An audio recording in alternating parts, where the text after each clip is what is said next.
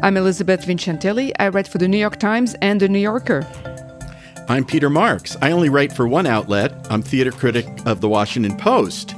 Welcome to another installment of Marks and Vincentelli, which, let's face it, is the only theater podcast you really should be listening to. Absolutely. Don't bother with the others. You know, we're going to make your life much easier. There's only one.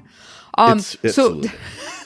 Today, we have another great guest. We're going to talk to Nataki Garrett, who's the artistic director of the Oregon Shakespeare Festival in Ashland, Oregon, obviously. So Nataki was appointed artistic director in August 2019, and she was scheduled to start. Oh my God, what timing! I know, she was scheduled to start in April 2020. So you can pretty much figure out that went. And we all remember what it was like at the time, and that's when she started her job. Yeah. She's got a great resume. She graduated from CalArts, the California Institute of the Arts, with an MFA in directing. And she came to OSF after a very productive and well-received 20-year career in theater administration as a director, a producer, a playwright, an educator, an activist, and a mentor. Her position right before OSF was as the acting artistic director for the very well thought of Denver Center for the Performing Arts. Now, Ashland itself, it's interesting because it's one of the situations where Ashland has only about like 20,000 people, but the reputation of the Oregon Shakespeare Festival is much greater than the size of its town would suggest. The company was founded in 1935, and it now operates 3 spaces, and I think there's even maybe like a 4th one, like a kind of like outdoorsy thing. But anyway, it has 3 theaters on its campus, including the flagship one, which is a 1,200-seater, where obviously they do their bigger production. And the current season, it's also a repertory company, which means that they do the shows, they alternate the shows. So if you go for like 3 or 4 or 5 days, you can see 3 or 4 or 5 shows because they change all the time. And it's a model that I'm very fond of, very popular in Europe, obviously, but not that common in the United States. So the season shows include, like, it's very varied. You could see Once on This Island. You could see Mona Mansour's Unseen. You could see the August Wilson solo How I Learned What I Learned. You can see Queen Guyen's Revenge Song. You can see Dominic Morisseau's Confederates. This is obviously a really wide stylistic range. And you can see, are you talking about, is Romeo and Juliet for next season, or is this season? Romeo and Juliet is 2023. Okay. Although I keep getting confused. Yeah, well, the seasons run into each other, especially post-pandemic. Where, what year is it? What season is it? Okay, you know what? Knows? We've lost. We don't care. It's all good. Go. It doesn't matter if it's now, if it's in 2 years. We don't know. Right. Well, I don't know what show I'm seeing usually till I'm sitting in the seat and the lights go down. No, and so sometimes anyway, I don't know, and sometimes I don't know after I've seen the show. Anyway, Nataki Garrett, it's a pleasure to welcome you to Marks and Vincentelli. Thank you for having me. I'm really excited to be here. So I think we're going to start with like the widest possible question. Well, actually, it's not the widest, but like, how did you discover your interest in theater? Like, do you remember, like, did you have a light bulb moment, or was it kind of more like a progressive thing? For me, it was progressive. My grandmother used to procure tickets to all kinds of performing arts opportunities, like dress rehearsal tickets to the opera or dress rehearsal tickets to the ballet or to theater. My mother was on the theater guild at a theater company that was local in the Bay Area. I started going to theater very young and performance very young. So it's progressive. My interest, though, peaked because I was on the swim team at Berkeley High School. And at some point I remember being, explaining to people why it was different for me to, deal with my hair, after we had practice was difficult, because I was 13. So I just quit. and I moved over to theater right away. Somebody asked me, "Do you want to join the producers team?" And I said yes. And basically the rest is, what it is. What kind of setup did you have at your school? Like, was there like a pretty active drama department or? Very active. Actually, there's still a number of people who graduated from Berkeley High School in the late 80s going into the 90s. I graduated in 89, who are still active in the theater. So Berkeley High School's theater program was amongst the best. Berkeley High School was one of the top 10 public high schools in the state of California at the time. And they allowed you to really kind of focus your energy on the things that you were interested in. So I focused on African American studies and theater. Did you want to be an actor? I think so. I mean, I don't even know if I had if I knew what I wanted. I think it was mostly me discovering for myself what it meant to be in the theater. I did act. I directed in high school theater. I went on to go to Virginia Union University for undergrad, and I got to be kind of a whale in a puddle there.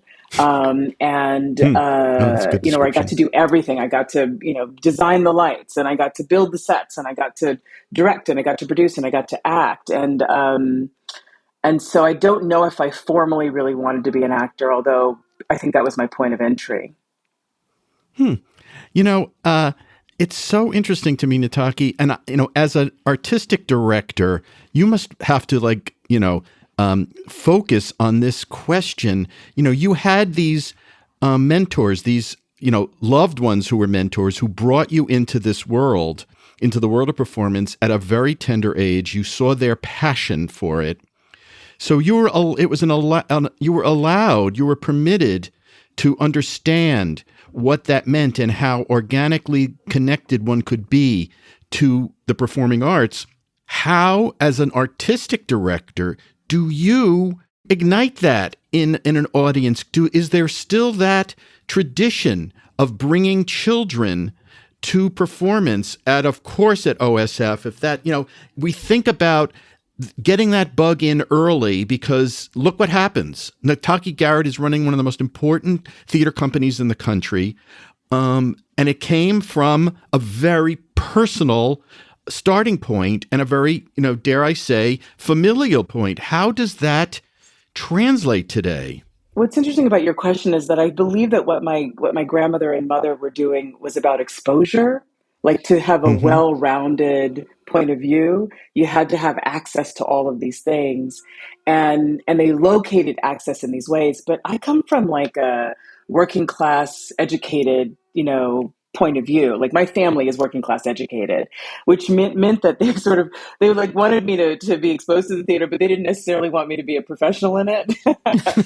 So, Right. so Yeah. I feel like it's kind of, I'm a kind of conundrum, because, I think that my family expected me to be a lawyer or a doctor or all those things that, you think will give your child a better base in a more professional realm than the theater.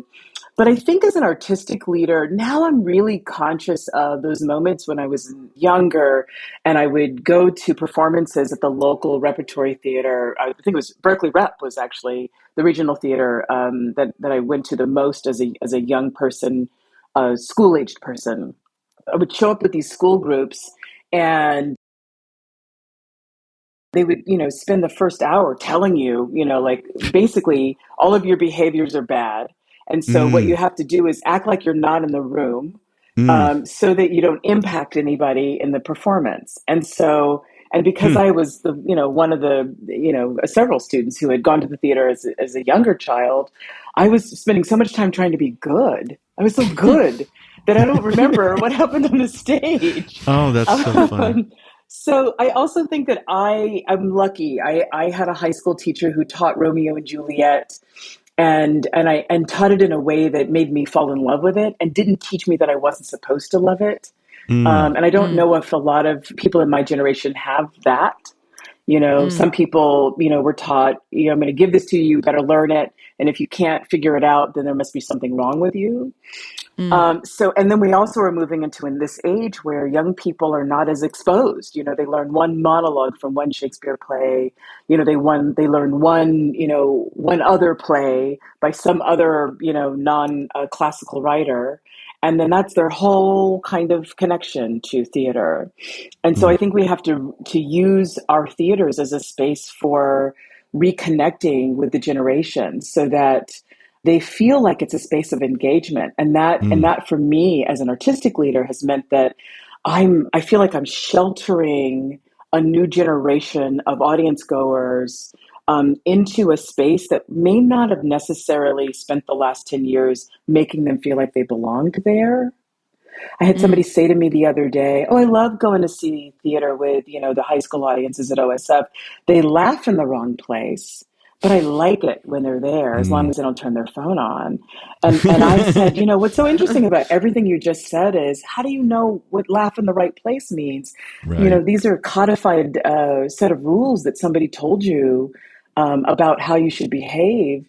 I said, and the other thing is, they might turn their phone on in the theater, but, my mom, who hates when I say this, my mom is 75 years old, and her phone is the most likely phone to go off in the theater just because she forgot it to turn it off or she forgot how to do it, Right. And so the kid with the phone has the screen dark, but It's his so phone's not going to true. go off in the theater. Right. And so how can we create a space in which how people show up is how we invite them? And that means if you're young or you're old, 75 and you forget to turn your phone off, you're 17 and you want to text all the way through a performance. How do we create a space in which all of you are welcome, where you can laugh in whatever place you feel like you want to laugh, and engage in the ways that you feel like you need to engage? Can I backtrack a bit? Like, did you? So you were doing like pretty much trying a lot of things, like acting and directing and doing everything. And but how did you start zeroing in not just on directing, but then on that leadership aspect? Because it's a bit of a jump. I mean, director is already a leadership position in many ways, but of an institution now, that's something else. Like, how did you make that jump? It's an interesting question as well, because if I look at some of my predecessors, it's not a jump, right? So Libby Apple went from being a stage director to an artistic director, and so did Carrie Perloff. You go from a stage director to an artistic director, and Oscar Eustis was a dramaturg, and now he's an artistic director. So it's not actually that big of a jump to go from being a director to to an artistic director. In fact, the formalization of the regional theater movement was creating this sort of business model around these artist leaders who were trying to figure out a way to have a business around supporting the people that they were leading as directors. So I feel like I'm just a part of, I'm just the next generation of that thing that's been happening for 50, 60 years.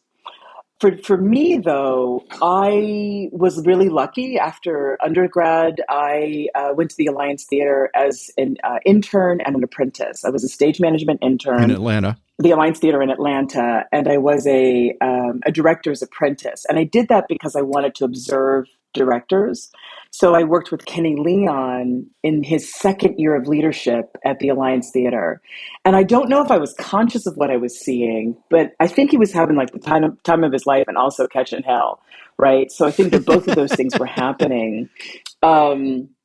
I don't know if that was a sign for me that I should pursue it, but I do know at the time it was like George Wolfe and Kenny Leon and Lee Richardson, and there were all these, for me, that was like four. It's like all of these Black men who were beginning to artistically helm these theaters, and so I didn't know it wasn't a possibility. I didn't originally want to be an artistic leader. I'm not like a career administrator by choice. I didn't like pursue that in graduate school. I pursued directing. I'm an artist. But I also come from a family of leaders. My father started the San Francisco State Strike. He organized students for the largest student strike in the history of the United States. I come from a family of organizers. My mother was a principal, so I watched her run a business. You know what I mean? It's in my blood in some ways, this leadership thing. And the more I've run from it, the more I run into it. I became an administrator while I was at CalArts School of Theater. I was promoted into associate artistic director and associate dean of the School of Theater and the Center for New Performance, which is their professional producing arm, because I'm good at leading and organizing. And I don't like it's usually because it's a calling. Somebody says, we really need you, somebody like you to do these things. And I have those skill sets. And so I sort of fall into those spaces and do those things. So I mostly look at my leadership as a calling. I'm here for service, to do what's necessary to evolve my industry forward. But like if you wake me up in the middle of the night and you ask me what I do, I'm a director. I'm an artist. That's what I do. I'm an artist who happens to have the skill set for leadership and administration. I hear Nataki, if I imagine myself now in a search committee room and you walk in and you tell your story, and it makes so much sense. I mean, there's the threads you're weaving here all lead to the job that you're sitting in now for me. I hear this and and that's wonderful. I don't know how many people there are waiting. I assume there are a lot, of people who have similar stories or variations on the story that you tell. But I also know that it's very hard to run an organization like OSF, and the challenges today feel multiplied after the pandemic in terms of financial issues, in terms of personnel and keeping personnel, in terms of pay, arts worker conditions, diversity and equity issues, all the inclusivity, all those things. How daunting do you find the job that you're faced with every day? I was saying to a group of, and also I run a repertory theater. Right. So to be clear, we have this insane proposition every single year where we start with 3 productions. We open 3, and then we go into tech for 2 more and open those on top of the 3. Yeah. So I've always said I liked the big idea, the impossible thing. I directed Katori Hall's play that is now a television show called P-Valley. I directed the play version of that. Completely impossible to produce, but we did it, right? So I think you have to be the kind of person that really likes the impossible. There are so many challenges, in arts leadership, in nonprofit arts leadership in particular. I don't know, 6 days into my first season as artistic leader, we had to lay off 80% of the staff because of the pandemic. And I spent, every night of the last 2 years and 9 months worried that the organization would sunset on my watch after 8 decades. We're 87 years old. Wow. And so part of it is tenacity, is like, and the other part is that I'm super stubborn. There's this moment where we were in this economic free fall, right? We were giving back millions of dollars in tickets. We were bleeding money. Some of my major donors stepped back at that moment, and they were like, you know what, we don't understand the direction of the theater. And, and I was like, okay, so we're in a free fall and we're all going down. Oh my God. And so I kept thinking about, how am I going to save this theater? I just met this theater. How am I going to save this town? Which is, so reliant on OSF, with the economic multiplier effect of our economic impact here in Ashland. We contribute almost annually $250 million of economic activity to the southern region. So we're not talking about like a theater that's on a block with 2 other theaters. Right. We are the thing. And You're so Ashland. with all of that, we are Ashland, right? And so with all of that, I'm really good at pivoting. When my top 1% donors step back, instead of chasing them, I said, okay, you don't have to. Let me figure out another way. I pivoted. I started advocating for federal resources. I collaborated with my colleagues in the state. All of a cohort of Oregon arts leaders got together. We call ourselves the Anchor Arts Group, and we were able to secure $8.5 million from the CARES Act funding that we were receiving from the Trump administration. I pulled together out of like fear and tenacity. Oh my God. I advocated to pull together the arts organization, the theater arts organizations, for federal relief. We advocated and fought for federal relief. And the way I came up with that idea is there was an article in the New York Times that said if Oscar Eustis and Maria Goyanis and Lin-Manuel Miranda and Audra McDonald and a couple of other people, Joe Hodge, went up to Capitol Hill and advocated for themselves, we might be able to get the federal government to support nonprofit theaters like they were supporting theater and arts organizations in Britain. And the next day, I called Maria Goyanis because her name was on the list. And I said, hey, you want to start this? Because we just did this in Oregon. And Maria said, oh, that doesn't sound like it's anything. And I was like, but I mean, what happens if we don't? If we don't do it, we're all in trouble. So I'm desperate. Let's go. She called Oscar, because, and here's the thing. I am one of two Black women artistic leaders in the United States. I am very clear that most of my colleagues would not answer my call, right? Not at the time. They wouldn't have, right? They would have all said the same thing. This is stupid. We don't do it this way. Little girl, go away, right? So we had to pull somebody in who had the kind of respect in the industry to be able to pull people onto a call. That first call was about 18 people from different theaters across the country. We now are in all 50 states.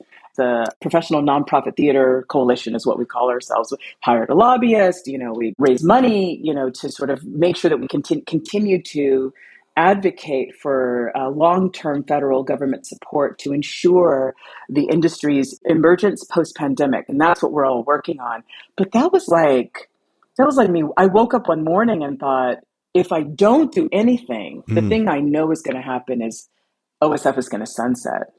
Wow. And then I had to start to think about what are the other implications. So not just the town, but what happens to the industry if I don't I have this calling, I have to at least act on it. And so a lot of what this leadership thing is for me is like, I'm just going to keep acting on it.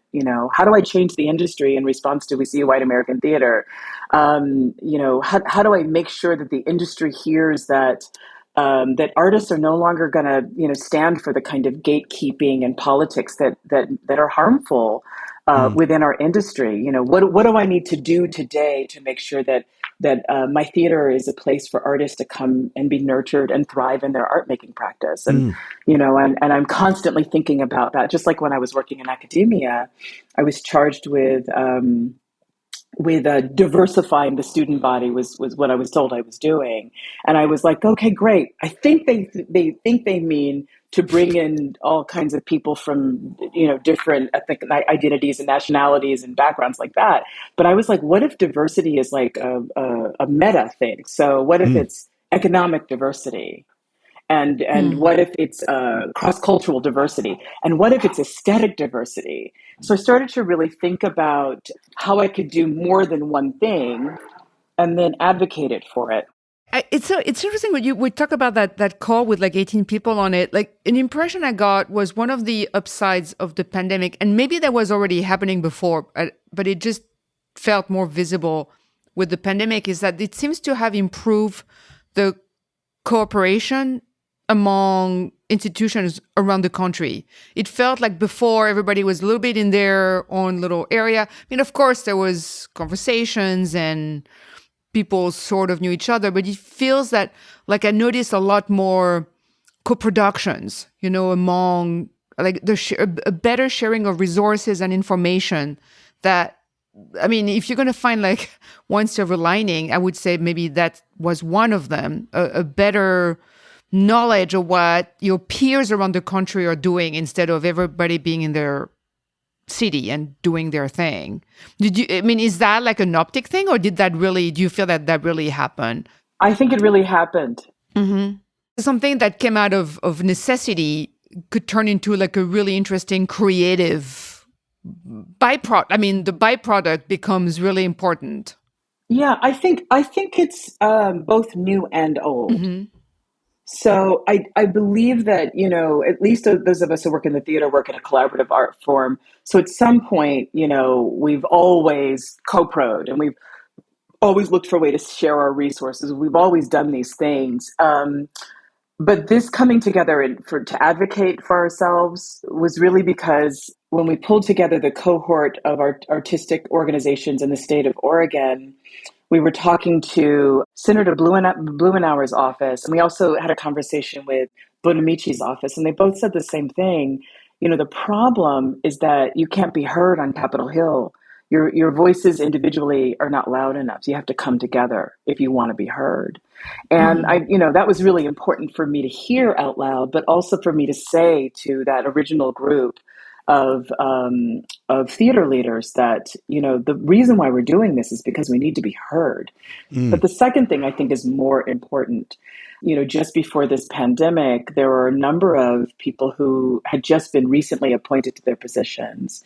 And even though we're sort of across the gamut generationally, I'm a Gen Xer, for example. I don't know, I won't name where all my colleagues are, but we're millennials, Gen Zers, Gen Xers, assisted living, and boomers. Yeah, so it's across the board, right?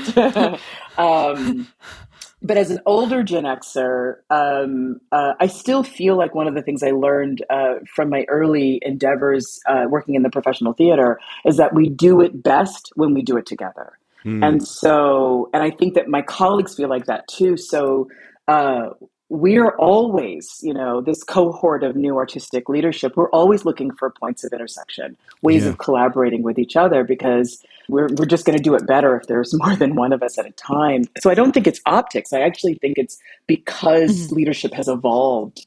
A new generation has a different way of thinking about it. That's all.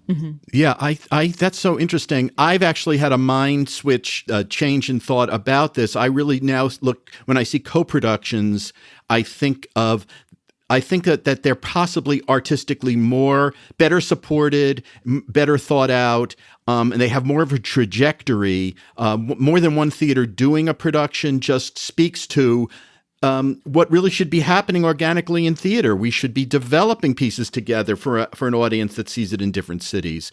I'm also struck, Nataki, by the things in your biography that inform who you are, and you mentioned very prominently your father's organizational ability, this impetus to get people to do things, and that seemed to be replicated in your story about getting on the horn with Maria Goyanis and saying, "No, we really got to do this." I think there's something very, very much wired into your makeup to do all these things.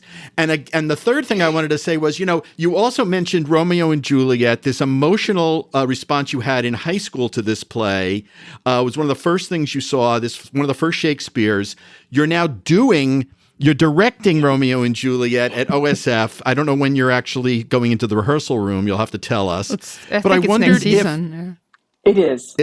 So I wonder if is there another through story here for you on the artistic level? Are you bringing that part of Nataki who experienced that joy with a writer who lived 400 years ago, and many people today increasingly have trouble connecting with? Did you bring all that forward to this experience now, where you made the choice to direct this at OSF as your first Shakespeare?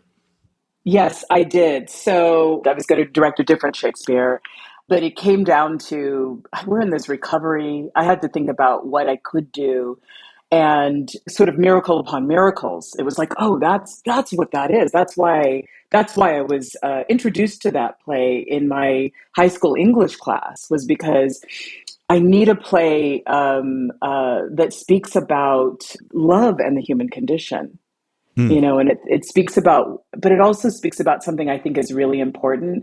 I made that decision we were in between several different these national tragedies that are happening. So it's like I think three had just happened, and then right after I decided I was going to direct that, two more came. These mass killings through gun violence, and I keep thinking about how we're sort of borrowing from our future by allowing our children to die. And that's at the center of the play.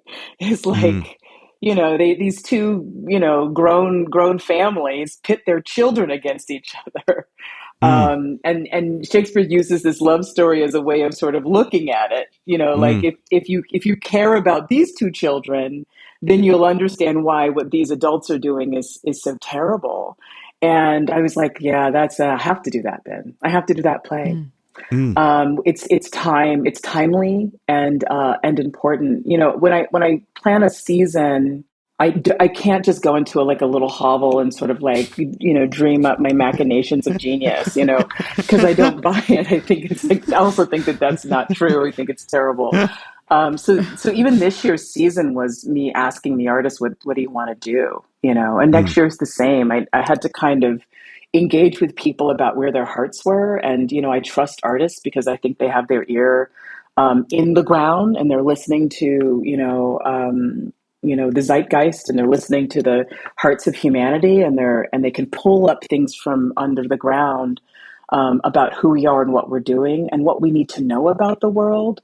It's this idea of reflecting back to us or giving us opportunity to witness so that we can expand our empathy and our understanding of humanity. And so I just ask people, what is it that you're trying to do here? And what kind of platform do you need? How can I support and nurture that forward? And so I had to do that for myself as the artistic leader. What is it that you're trying to say? And why is that voice important?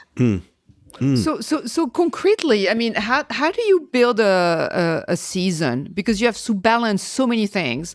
You have 3 venues of different sizes, so each one has a different need. A show that will work great in one will not work in the other, and vice versa. And then you have to balance what the audience want, what they think they want, maybe what they don't know they want, which is very important too. You have to bring stuff to people that they don't know they want. They don't know they would like it. And that's how, of course, the big gamble. But so how do you balance that? 'Cause you just said, you're talking with the artists. So do you approach the artists first, that people you want to work with, and then you say, okay, what do you want to do? Or where does it start for you? It starts with the artist. So I feel like the audience, everybody benefits from the artists having the most supportive and secure opportunity to manifest the things in their hearts. So my vision is to support artists to manifest innovation and inspire creativity. That's what I'm doing, because I believe that artists are thought leaders and change makers who transform culture. I'm lucky because I happen to helm a theater that has legacy audience. I have people here who have been coming for 35, 40 years. I have people who started coming when they were 9 and now they're, much older than that. And so I think I recognize my privilege because I have people who are they'll repeat and repeat and repeat, and we don't have a subscription system. So it's not about that. It's really about their love for this theater and what it does, and their desire to make this pilgrimage every single year. So I don't have to focus so much on that.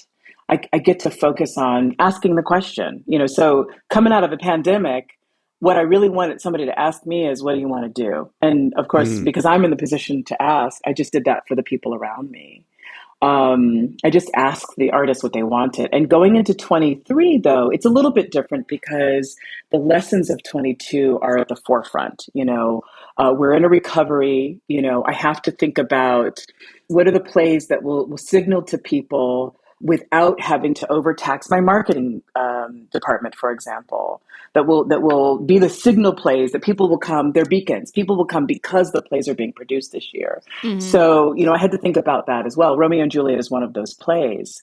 So when I thought about season planning for 22, I was a little bit more like, hey, Evren Otschikin is my associate artistic. He's one of my 3 associate artistic directors. Normally, what you do to the associate artistic director is you give them the play that you have to produce that year, but that you don't want to you don't want to direct.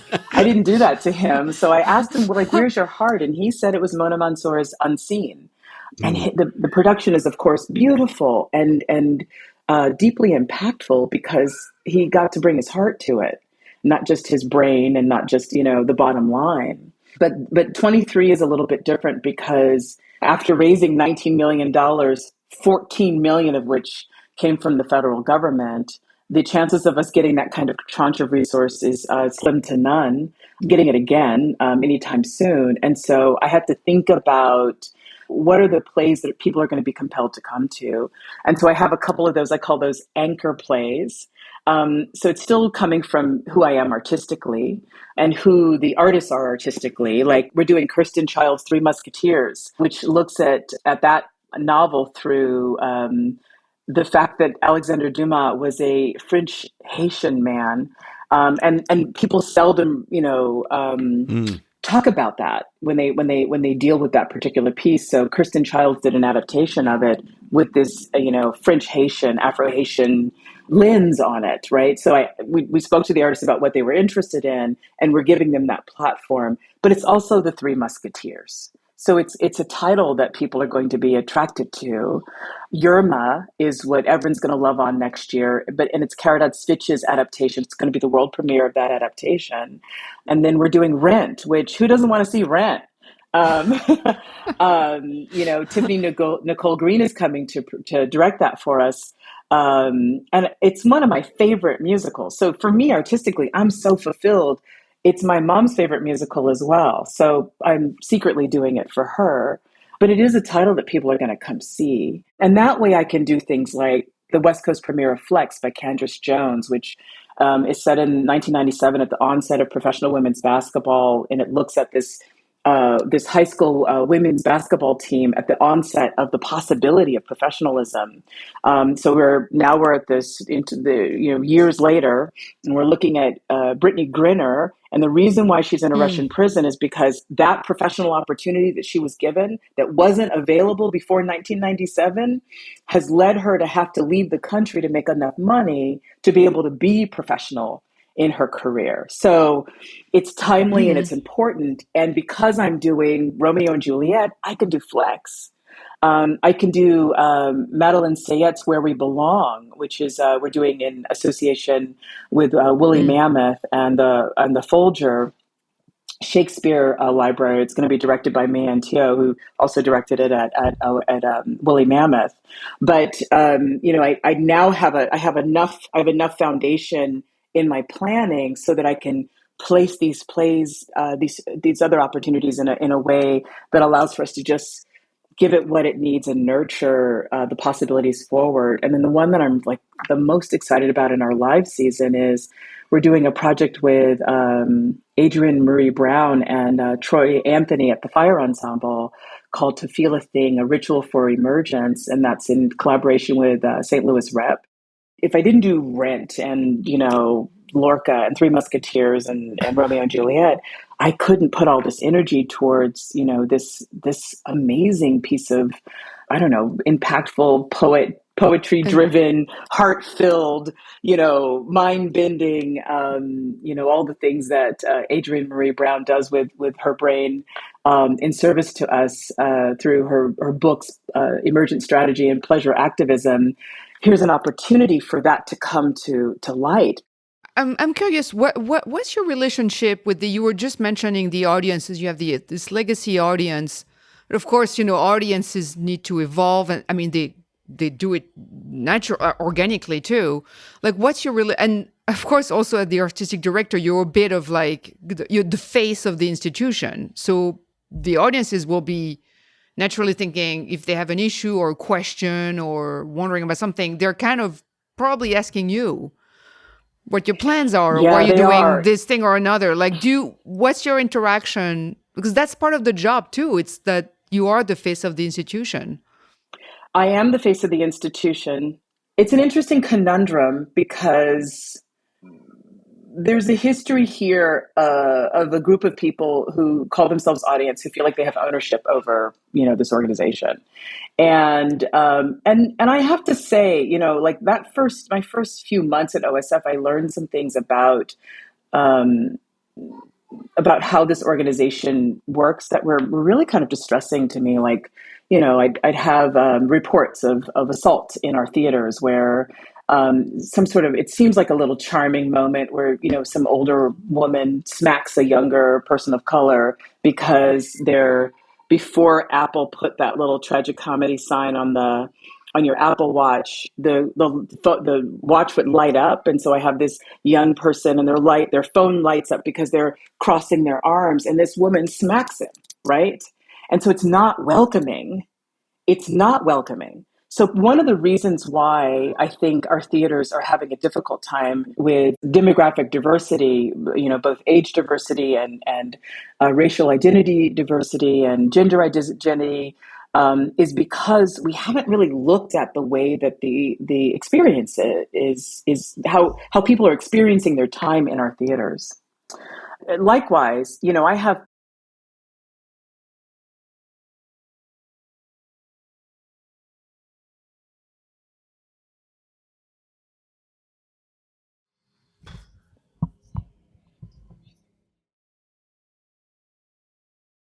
one play in 2021 is because I didn't like Shakespeare, and because I'm afraid of Shakespeare, and because I'm too stupid to understand how to produce it.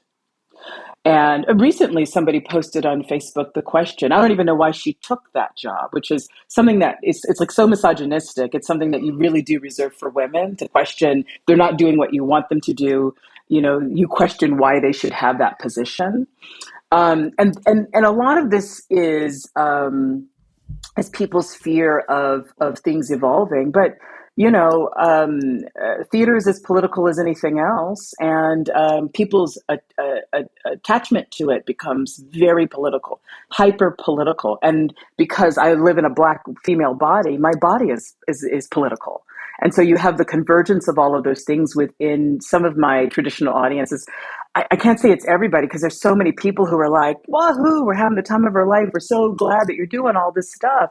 We look forward to it. I mean, even the guy who said that he, likes sitting in the audience with the high school audiences, even he was like, this is exciting. He wasn't, lambasting them. He was just expressing what his experience was. And all you need is a handful of people who are having a kind of tragically difficult experience because things are shifting. But if they don't shift, I won't have that audience that's coming in 15 years. And so I'm radically shifting what we're doing. The first thing I'm doing is focusing on the artist, to give them this platform, because I feel like that if I can get the kind of artist in and the kind of nurturing around them and the support that they need so that they can deliver this tremendous art, that's half my battle. And then the other half is making sure that when somebody goes on our Facebook page and they click and they read the comments, that the comments aren't saying to somebody who hasn't been to OSF that this isn't a place for them. Right? So I have to be really conscious of the impact of the way my audience is used to being able to say out loud in public how terrible everything I'm doing is. But the last thing I think is tougher, Elizabeth, which is I had a threat to my life. And we've had to adjust our security around that because people believe that their language is innocuous. And they think, oh, I can just say all this sort of nasty stuff and put it in editorials in the newspaper, which we've had. And it's meaningless, right? It doesn't mean anything. But I'm surrounded in this valley on all sides by white supremacist groups. And they just need a little bit of a reason to come after me. That's and so terrible. They openly threatened my life. And so, they draw on the language that they're reading, and that they're hearing from people who otherwise have a Black Lives Matter sign in their yard, who are just criticizing the theater, for example. Right. Yeah. Right. So it's all tied together. Wow. I know what you're talking about, not on the scale that you've had it, Nataki, happen, but I had a threat by someone who had threatened me, who had previously gone to jail for threatening the life of another person. So I had it once. If you're I remember what that did to me, the terror that instilled in me, just one, and I had a large institution around me. Thank God you have one too. We have to let you have a life here and take care of a child. But I had one question. I just wanted to end on something maybe a little more hopeful, which is, the other part of that, Nataki, is you mentioned, you're one of two Black women running a theater in America. How much are you looked to by the communities of people who have not been empowered, who have not felt like they have had access directly to the top echelons of the theater? How much do you feel a responsibility to them, and how much of that is a challenge to you to make those people feel welcomed and say no to some of them at the same time? I mean, you are a gatekeeper yourself, but I wondered, if that's a blessing and a curse in this job. It is a blessing and a blessing. So the thing I have to be conscious of is, because I'm here, I become a kind of beacon. People think that coming to Ashland and they can be here and they can be free. That's part of what the digital strategy was for as well, was another way for people to engage in what we're doing here at OSF. So before the pandemic, I started a digital strategy. In 23, we'll have our third year of Quills Fest, which is this festival that explores the intersection of live performance and extended reality. Some of our digital projects are the way I'm connecting to my audiences of color. We just had a film, You Go Girl, which won the jury prize at Sundance this year and is going to be touring the country. We produced that. For my audience that is not, I guess, what my traditional audience, my older, mostly white, extremely affluent audience that comes to OSF every single year, I'm grateful and thankful that they come. We've changed our ticket strategy so that everybody could feel like they could come. So that, if you work as a waiter in one of these restaurants here, you actually can come. If you're a nurse at the hospitals, in the area, you can actually afford to come. And the beauty of the shift that's happening because we shifted our ticket strategy is that the people who come sit down next to people who feel like they have ownership and they have to engage. And those people come from all walks of life. So they are also Black people, and they are also brown people, and they are BIPOC people, and they are queer people, and they are people with disabilities. And so we're shifting our strategies around making sure that we're a space that not only welcomes people, because you can say, "Oh, I'm so glad you're here," but not do anything to change what you've done before. So we're really centering idea in everything we do, and but I also have to keep at the center of my mind that I am one person, and I have to make sure so many things have shifted before people can really feel like they have the freedom to be here. And so I'm very honest. I'm honest with my audiences about what this is here. I'm honest with my performers and artists about what it is here. And that we're doing the best that we can with what we have and increasing more and more and more and more and more. I think in the past, people thought, if you do plays by people of color, that's all you need to do and that becomes the beacon. But what you have to do is make sure that you have strategies in marketing and you have to have strategies in development to make sure that people feel like this is a place for them. So having 73% of our actors and musicians be BIPOC and 61% of our creative team members be BIPOC is great. But that's not enough. Right. We have the plays on the stage, we have the art, but we have to shift people's experiences in the theater. And I'm very honest with people that we are in a work in progress where that is concerned.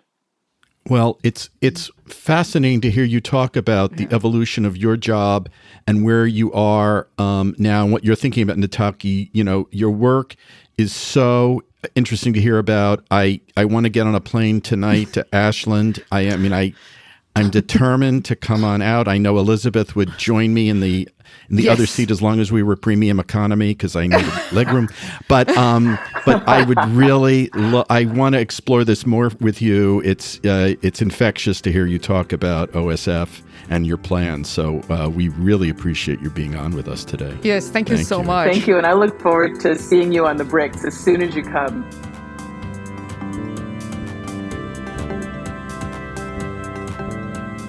Okay, wow, that was another. I mean, we could have gone on for like another hour. Like seriously, I know mean, that's our thing. I'm saying this, not for planning purposes, but for broadcast purposes. We get so involved in our conversations, we could make them go on for hours and hours, and people would be tearing their hair out. So I'm glad we had the sense to be able to stop. I know, right? It's like the episodes will be like 3 hours long, and just like one of those like epic, like Ivo Van Hove epic. Yeah. Well, not as long as the Lehman trilogy, though. That's still longer. Okay, that's our target, to remain under the duration of the Lehman trilogy. I think we can do that. And I guess up until next time, I'm Elizabeth Vincentieri, and I write for the New York Times and the New Yorker. I'm Peter Marks, theater critic of the Washington Post. We'll be back next time with another edition of Marks and Vincentieri, a podcast that simply assumes that theater lovers also love theater talk. Okay, that was a kind of cheesy ending, but... I love cheesy.